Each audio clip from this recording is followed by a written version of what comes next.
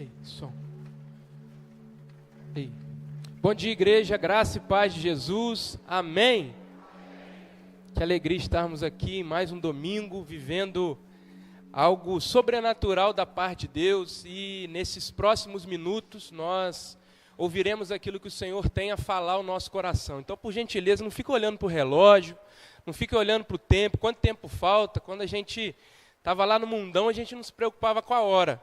Aí chega na hora do culto, mas está acontecendo tanta coisa, mas o culto vai passar. Não vai passar, não. O Senhor quer falar ao seu coração e que você esteja atento àquilo que o Senhor quer falar com você. O Senhor já falou aqui de várias formas. Se você ainda não ouviu, é porque você está desatento. Então, que você abra o seu coração para aquilo que o Senhor quer falar com você. Não é com quem está do seu lado, não é aquilo que você quer ouvir, mas é aquilo que Ele tem preparado para o nosso coração nessa manhã. Amém? Amém. Irmãos, o Eduardo estava falando ali, o Senhor estava incomodando o meu coração acerca da compreensão e da necessidade que nós temos de entender acerca do reino de Deus. Ele falava ali sobre milhares de povos, milhares de tribos que ainda não ouviram acerca dessa mensagem que cura, que liberta, que transforma. E o reino de Deus, ele é algo singular para as nossas realidades e que muitas vezes nós não compreendemos. Muitas vezes nós pensamos acerca desse reino numa perspectiva somente futura. O reino de Deus, ele vai vir numa era escatológica, o reino de Deus vai vir no final dos tempos, o reino de Deus vai vir num momento específico da história, quando todas as coisas estiverem acabadas e nós reinaremos com ele eternamente, o que não é uma mentira. Porém, o reino de Deus, ele já está entre nós. O reino de Deus, ele já se manifestou nas nossas realidades. Porém, muitas vezes nós compreendemos e olhamos para esse reino somente numa perspectiva futura. E pensando acerca do reino nessa perspectiva futura, muitas vezes nós nos isentamos de fazer parte desse reino. Um reino que já existe, um reino que já acontece. E esse é o primeiro equívoco que a gente comete. E o segundo equívoco é entender que o reino é exclusivamente de Deus e que eu não tenho nada a ver com esse reino. O reino é de Deus, então Deus faz do jeito que Ele quer, como Ele quer, com certeza. Porém, muitas vezes nós nos ausentamos da responsabilidade de fazermos parte desse reino. O reino de Deus, o reino de Deus, o reino de Deus, e nós ouvimos acerca desse reino, porém nós falamos, Deus, o reino é do Senhor. O problema é do Senhor para lá e nós nos ausentamos e nós negligenciamos aquilo que Ele nos comissiona a fazer, que é ir e pregar o Evangelho a toda criatura, batizando em nome do Pai, do Filho e do Espírito Santo. E olhando aquilo, eu falei, quanta gente não experimentou ainda a manifestação desse reino. Quantas pessoas ainda não experimentaram aquilo que nós experimentamos aqui nesse domingo? E eu sentado ali, o Espírito ministrou no meu coração de que, de fato, tem muita gente no mundo afora que ainda não experimentou. Mas tem muita gente em Barra do Piraí que também ainda não experimentou. Tem muita gente mundo afora que ainda não teve o contato com esse reino. Tem muitas pessoas que ainda não experimentaram a manifestação desse reino mundo afora. Mas talvez tenha gente dentro da sua casa que não experimentou a manifestação desse reino. Talvez tenha gente da sua família que não experimentou a manifestação desse reino. Tem gente no seu círculo de amizades, no seu emprego, na sua sala de aula, no seu círculo de amigos, que ainda não teve um contato com a manifestação desse reino. Isso é responsabilidade sua. Isso é responsabilidade minha. Não é responsabilidade exclusiva do pastor. Não é responsabilidade exclusiva do missionário. É responsabilidade nossa enquanto participantes desse reino. É responsabilidade minha, é responsabilidade sua, através da nossa vida, manifestar esse reino sobrenatural. Mas sabe o que acontece? Sabe por que muitas vezes as pessoas não experimentam a manifestação desse reino? Porque a gente tem negligenciado aquilo que Deus tem colocado na nossa mão. O texto de Mateus, a oração de Jesus no Pai Nosso, ele vai dizer, Pai nosso que estás no céu, aquela oração que todo mundo conhece, venha o teu reino. É a declaração de Jesus. Venha o teu reino, manifeste o seu reino entre nós. é a oração de Cristo, oração que muitas vezes nós fazemos, na maioria delas como reza. Senhor, manifeste o seu reino sobre nós. Senhor, venha com o seu reino sobre a minha casa, sobre a minha família, sobre a minha igreja, sobre a minha cidade. Mas nós não compreendemos que nós fazemos parte desse reino e que Deus quer manifestar esse reino em nós, mas principalmente através de nós. Um pouco mais para cima ele fala, santificado seja o teu nome. Como assim santificar o nome de um Deus que é santo? Na mesma oração, Jesus, um pouco antes, diz, santificado seja o teu nome. Um Deus que não somente é santo, mas é santo, santo, santo. Aí eu fico pensando, sabe o que eu compreendo, querido, que Jesus está dizendo? Que nós temos a responsabilidade de manifestar a santidade do nosso Deus através do nosso jeito santo de viver. Você chegar na sua casa, na sua família, no seu trabalho, no seu emprego, aonde quer que for, e falar, o meu Deus é santo. Se você não viver a santidade para que as pessoas, através do seu jeito santo de viver, conheçam de fato o Deus santo que você serve, não adianta de nada, são palavras vazias.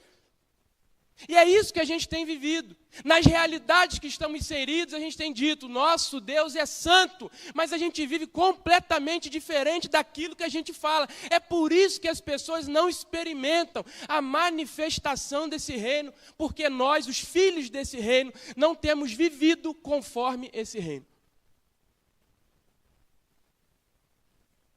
Um Deus que quer manifestar o seu reino através da sua vida. Um Deus que quer manifestar o seu reino através do seu jeito santo de viver. E temos negligenciado. Temos falado, mas vivendo diferente. Temos frequentado, mas continuamos vivendo diferente. Sabe quando o reino vai ser manifesto, irmãos? Nunca. Se nós não compreendermos que Deus quer manifestar o reino dele nessa cidade, através da nossa vida, nós continuaremos cumprindo rituais religiosos. E é sobre isso que eu quero pensar com você. De um Deus que quer manifestar o seu reino através de você. Através da sua vida. Através da sua simplicidade. Através daquilo que ele tem colocado na sua mão. E eu quero te convidar a abrir a sua Bíblia no Evangelho de João.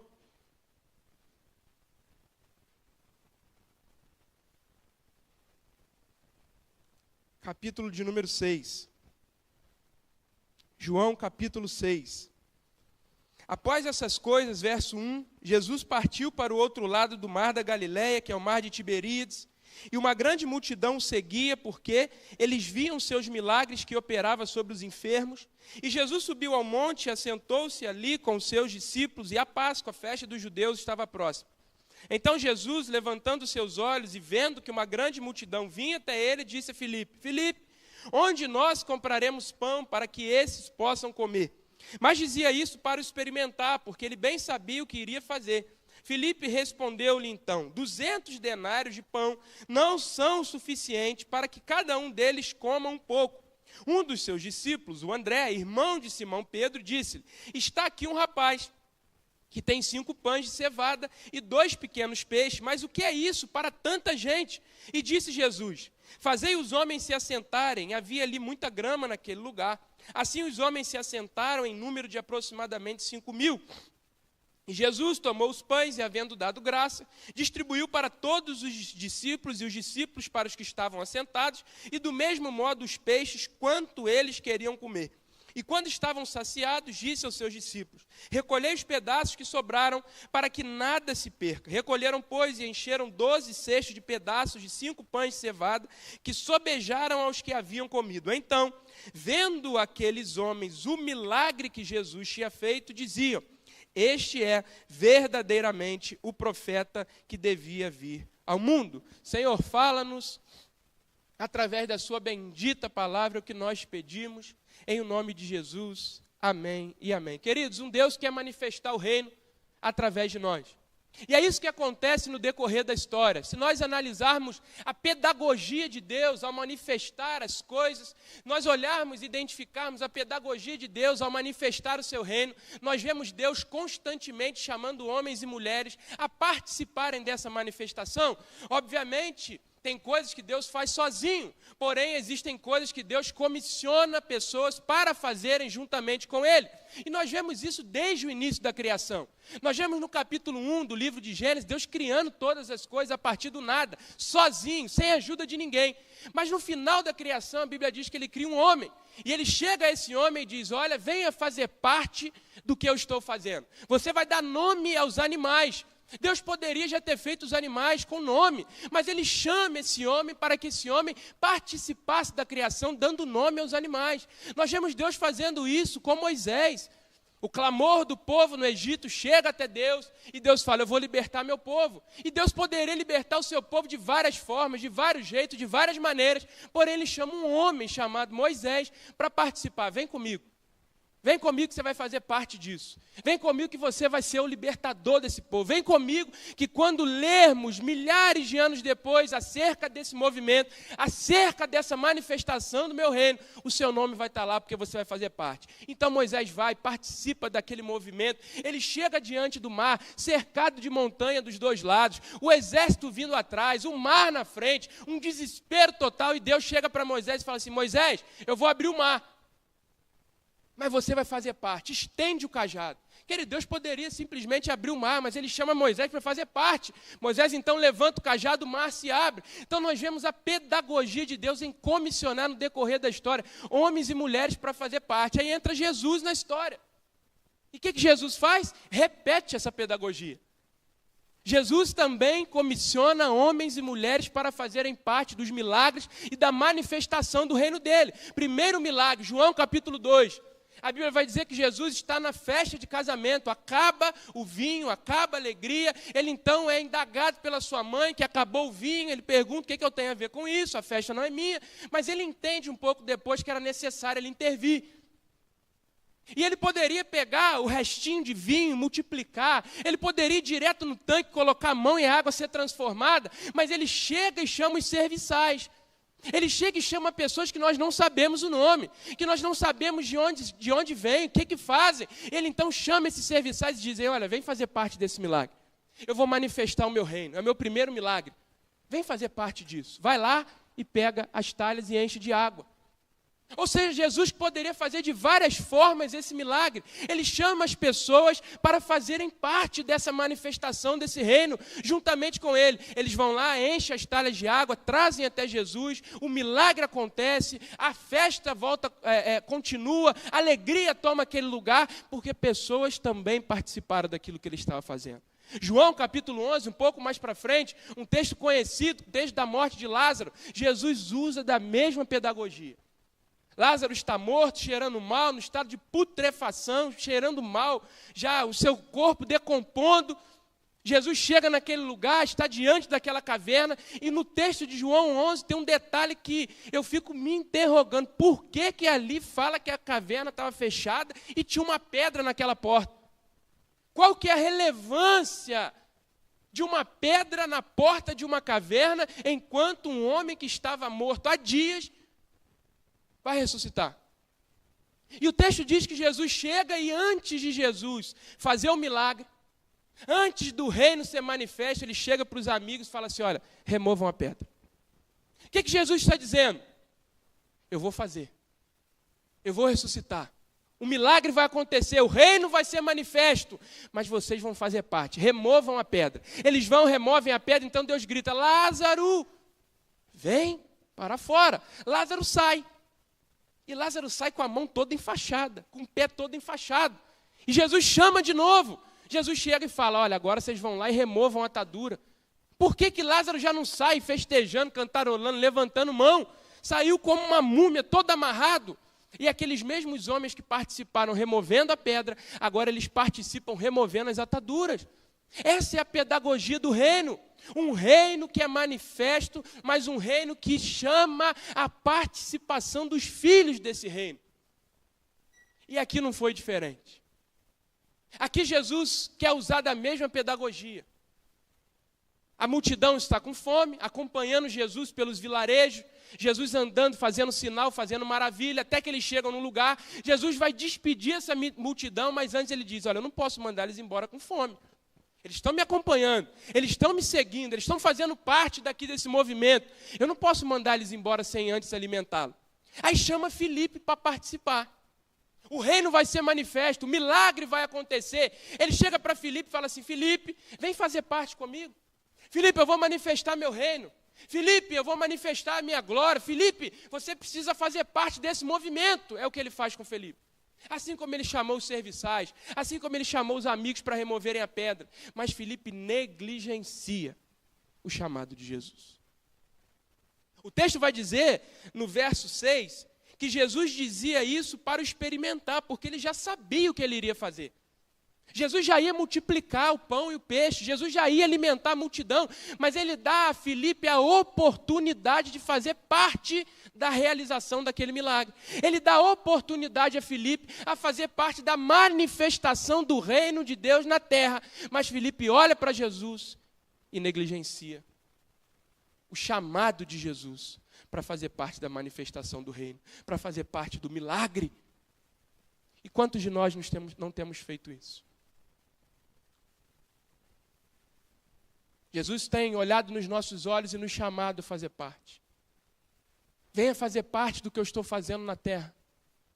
Venha fazer parte do que eu estou fazendo na cidade de Barra do Piraí.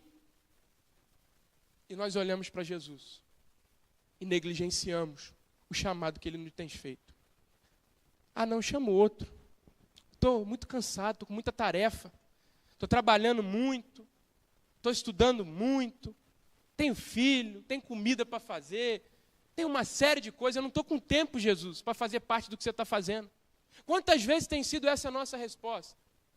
Quantas vezes o Senhor tem colocado na nossa mão a responsabilidade de manifestar o seu reino na terra e nós olhamos para Ele com desculpas? Não posso, não tenho tempo. Tem pessoas mais capazes do que eu.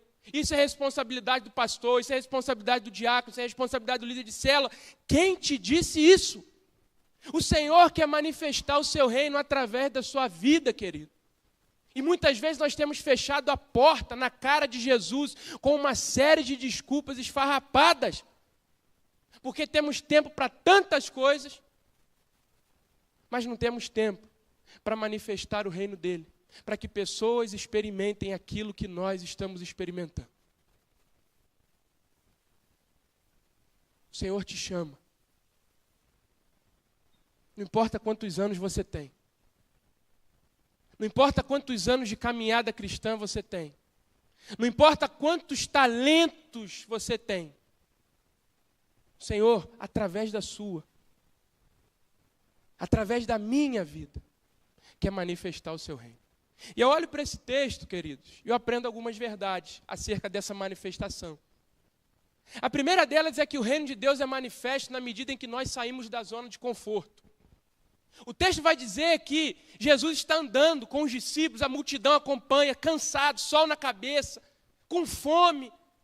E o texto vai dizer que Jesus para. Vamos alimentar a multidão, chama Filipe para fazer parte, aí Filipe chega para Jesus. Ah não, Jesus, 200 denários não seria o suficiente. Aí chega o André e fala assim, mas o que é isso para tanta gente? Aí eu fico olhando o que está intrínseco, a resposta de André, a resposta de Filipe. E eu não consigo pensar em outra coisa a não ser querer ficar quietinho na zona de conforto.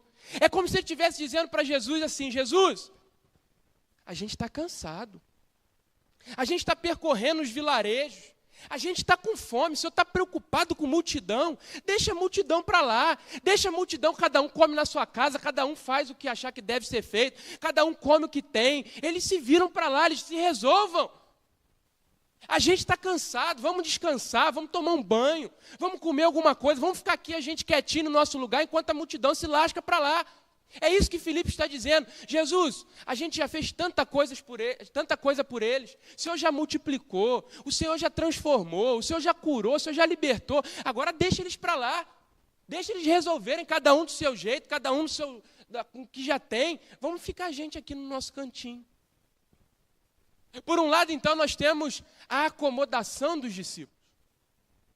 a zona de conforto de ficar no cantinho e eles se resolvam para lá. Mas do outro lado a Bíblia fala que tem um menino.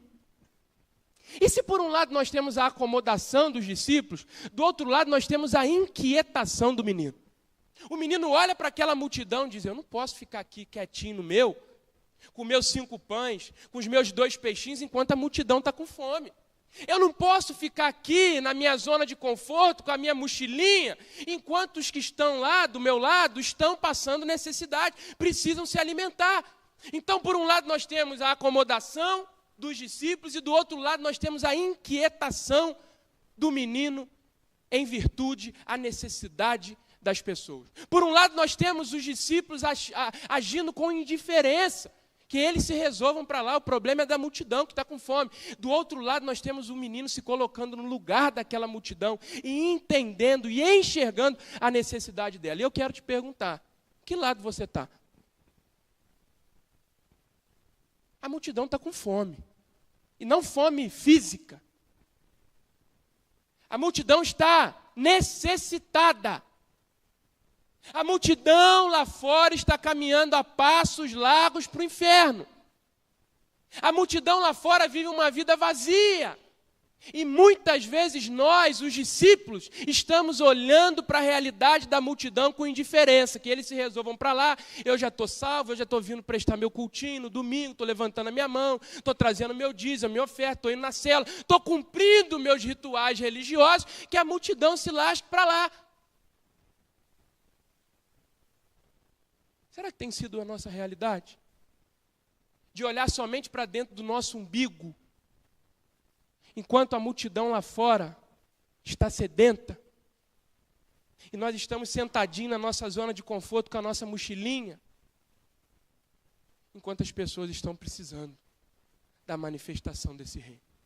Ou será que nós temos nos inconformado? Será que nós temos ficado inquietos diante da necessidade que pessoas na nossa casa, na nossa família, amigos, parentes, vizinhos, estão caminhando para a perdição eterna, e nós estamos preocupados em cumprir rituais religiosos, e com isso nós não manifestamos o reino sobrenatural do nosso Deus? Qual tem sido a sua realidade? Vamos ficar aqui quietinho na nossa mesmo? A gente já tem o que comer aqui? Vamos ficar aqui quietinho, vamos tomar o nosso banhozinho? Vamos ficar aqui, vamos conversar, vamos orar ao Pai. Vamos levantar as nossas vozes. Vamos ficar aqui, no nosso quietinho. Quantas pessoas estão passando necessidade lá fora? O reino de Deus só será manifesto nas nossas realidades, na medida em que nós abandonemos esse comodismo, de estar satisfeito em frequentar o culto, de estar satisfeito em vir uma vez por mês no culto de ceia, de estar satisfeito em vir levantar a mãozinha, olhar para o lado para ver se tem alguém olhando. Até quando a gente vai ficar satisfeito com o fato de que nós estamos aqui quietinho e não nos incomodaremos com o fato de que lá fora as pessoas estão perecendo? O reino precisa ser manifesto. O Senhor quer manifestar o reino através de nós, e nós só estamos preocupados com o nosso conforto. Segundo lugar, o reino de Deus é manifesto à medida em que nós paramos de olhar para aquilo que nos falta. Olha a resposta que Filipe e André dá. Filipe, onde nós compraremos pão? Aí ele responde, 200 denários de pão não são suficientes para alimentar todo mundo. Aí chega o André, olha, tem um menino aqui que deu 5 pães e 2 peixinhos, mas o que é isso para alimentar tanta gente? Ou seja, os discípulos estão olhando para aquilo que falta. Ah não, mas muita gente, é pouco pão, é pouco peixe, é pouco recurso, é muita gente, eles estão constantemente olhando para aquilo que falta. Mas o menino não, o menino está olhando para aquilo que ele tem. É pouco? É, mas é o que ele tem. 5.000 homens, sem contar enfermos, sem contar mulheres e sem contar crianças. Aproximadamente 15.000 pessoas. Os discípulos estão olhando e sempre falando, ah não, é muito pouco. Ah, não, mas é muita gente. Ah, não, mas é isso. Ah, não, mas é aquilo. Está sempre olhando para aquilo que falta. Mas o menino não está olhando para a quantidade de pessoas. Ele está dizendo, eu sei que é muito. Eu sei que é muita gente. Eu sei que aquilo que eu tenho não é o suficiente para alimentar todo mundo, mas é o que eu tenho. E mesmo aquilo que eu tenho sendo pouco, eu estou entregando aquilo que eu tenho. O problema não é quanto a gente tem. O problema é quanto nós estamos entregando. Tem muita gente que tem muito e não entrega nada. E tem pouca gente, tem muita gente, tem abundância de pessoas que têm pouco, mas entregam tudo aquilo que tem. A questão não é sobre ter pouco, sobre ter muito. A questão não é o tamanho do desafio. A questão é o quanto nós entregamos mediante a necessidade que tem. É muita gente perecendo? É. Mas não fique esperando você ter muito para fazer alguma coisa que pode ser que você nunca tenha. Ah, não vou ofertar não, porque eu só tenho 5. Ah, quando eu tiver muito eu vou ofertar. Não espera você ter muito para ofertar, oferta os 5. A gente vive constantemente pensando naquilo que nos falta e sempre nos esquecemos daquilo que a gente já tem. Ah, não, quando eu tiver, quando eu souber, quando isso acontecer, quando aquilo acontecer, eu me envolvo. Ah, não, quando eu tiver um tempo maior, aí eu vou servir na comunidade. Ah, quando eu tiver um pouco mais de recurso, eu vou fazer parte da campanha. Ah, quando eu tiver um emprego estabilizado, eu vou começar a me envolver mais. Ah, quando eu tiver uma casa bonita, eu vou abrir para fazer uma célula. Ah, quando eu tiver uma televisão grande, um tapete, um sofá confortável, aí eu vou abrir a minha casa. E se você não tiver? Pare de olhar para aquilo que te falta. Entrega aquilo que você já tem. Se você tem um sorriso, dê um sorriso, porque através do seu sorriso Deus pode manifestar o seu reino e pessoas voltarem a sorrir.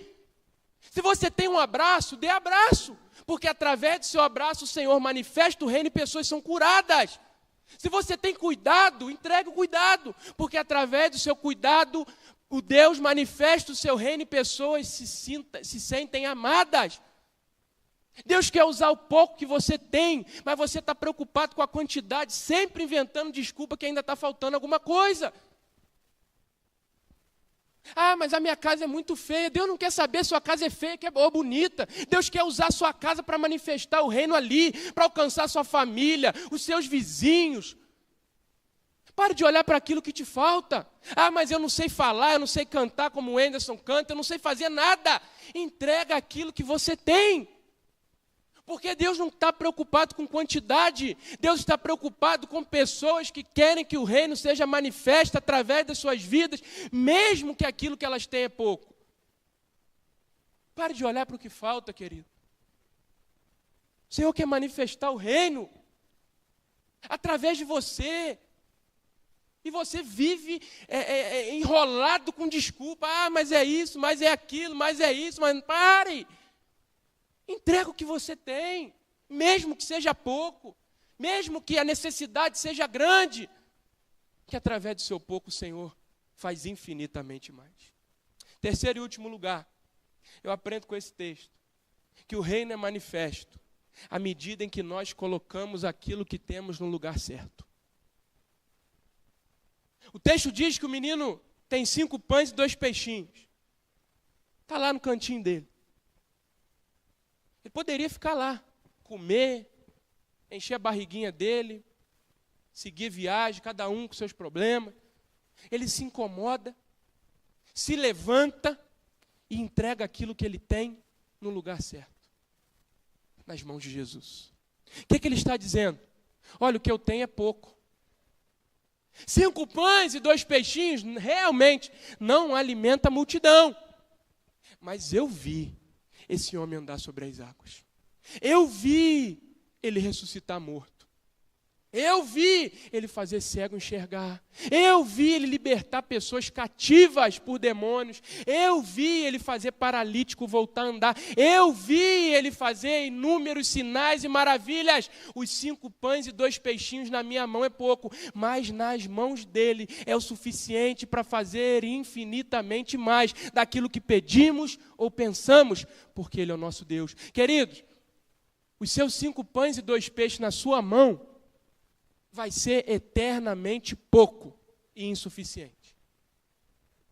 Os 5 pães e 2 peixinhos guardadinhos na sua mochila na sua zona de conforto, alimenta muito mal você. Mas quando você pega o pouco que você tem e entrega nas mãos do Todo-Poderoso, Ele pega aquele seu pouco e faz coisas que nós jamais imaginamos. Até quando você vai ficar com seu pão e seu peixe guardadinho na mochila?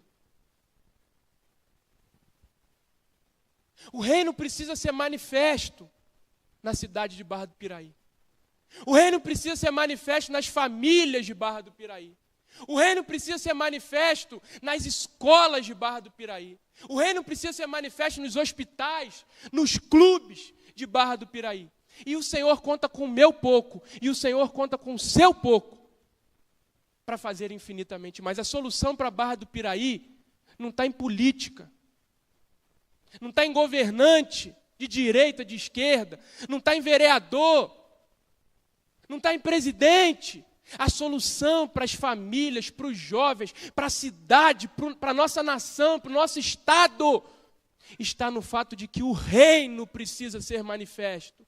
À medida em que nós sairmos da nossa zona de conforto, pararmos de olhar para aquilo que nos falta e entregarmos o pouquinho que nós temos, o Senhor vai manifestar o seu reino, famílias serão restauradas, histórias serão ressignificadas, jovens serão libertos, o nome do nosso Deus será glorificado, porque aqui terá pessoas que entregaram o seu pouquinho. Pare de dar desculpa. O Senhor não quer muito. O Senhor quer tudo. O Senhor quer tudo. Se é pouco, se é insignificante, para as pessoas, para você, para o Senhor não é. Talvez para os outros aquilo que você tem é pouco, não vai acrescentar em nada. Talvez para você aquilo que você tem também é pouco e não vai acrescentar em nada. Mas para o Senhor é tudo que Ele precisa para operar o milagre. O reino precisa ser manifesto. As realidades precisam ser impactadas pela manifestação desse reino. E o Senhor conta com homens e mulheres que se coloquem à disposição, saiam da sua zona de conforto e entreguem o pouquinho que tem. Eu estou aqui não porque eu tenho muito. Eduardo está indo lá para a Jordânia não porque ele tem muito, mas é porque ele chegou com 5 pães e 2 peixinhos dele. Senhor, está aqui. Se ficar aqui comigo, a multidão lá continua com fome. E ele entrega um pouquinho. E o Senhor faz infinitamente mais. E é isso que Ele quer fazer na sua vida. Não espere você ter muito, não. Porque talvez você nunca tenha. Mas pega o pouquinho que você já tem. Entregue para o Senhor. E você não tem noção daquilo que Ele pode fazer. O reino precisa ser manifesto. E o Senhor desse reino conta comigo, conta com você, para que isso aconteça. E que Ele nos abençoe, tenha misericórdia de nós, em nome de Jesus.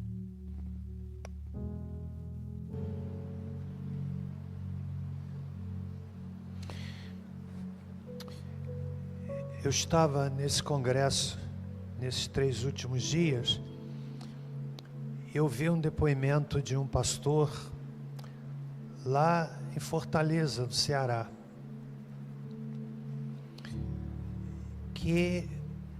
cuja igreja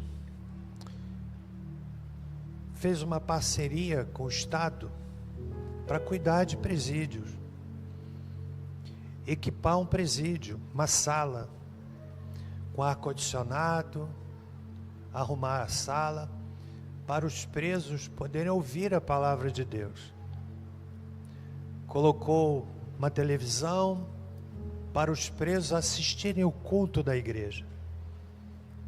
E eu me emocionei quando o pastor disse assim, que a igreja vai batizar 500 presos. Você sabe por quê, irmão? Porque há poder nessa palavra. Deus não tem compromisso comigo, Ele tem com a palavra dEle. Então nós vamos entregar.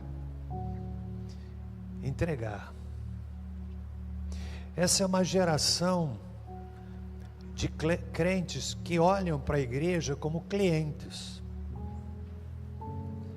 Esse conceito é muito interessante, porque o que é o cliente? O cliente, ele vai a um restaurante com um senso crítico muito elevado, sim ou não? Se o garçom demorou para atender, você vai embora e vai falando mal. Se a comida não agradou, se não tiver uma boa higiene, e por aí vai. E sabem que esse conceito, e a gente já está terminando, é muito real. Essa palavra é uma palavra abençoada, porque parece-me que muitos de nós estamos fazendo uma leitura da igreja como cliente. Pouco engajamento e muita cobrança. Pouco envolvimento e muita crítica. Porque é uma visão de cliente. De cliente. Por isso é importante o trabalho dos voluntários. Eu fui muito impactado com a compreensão da importância do voluntário. O voluntário é o servo. Sem os voluntários, guarde isso, esta igreja não teria chegado onde chegou. Sabe por quê? Porque os voluntários... Aqui tem uma laje gigantesca, que foi toda preenchida no mutirão, feita por quem? Voluntários.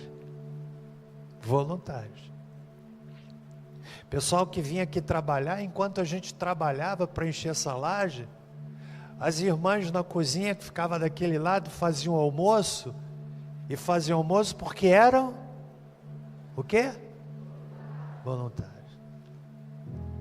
Infelizmente, parece que essa visão de cliente, ela vai comprometendo a relação com a igreja, e a visão de muitos é que tudo na igreja tem que ser pago. Tudo tem que ser pago. Isso vai estancando aquilo que move a igreja, que é o voluntário. Entende isso?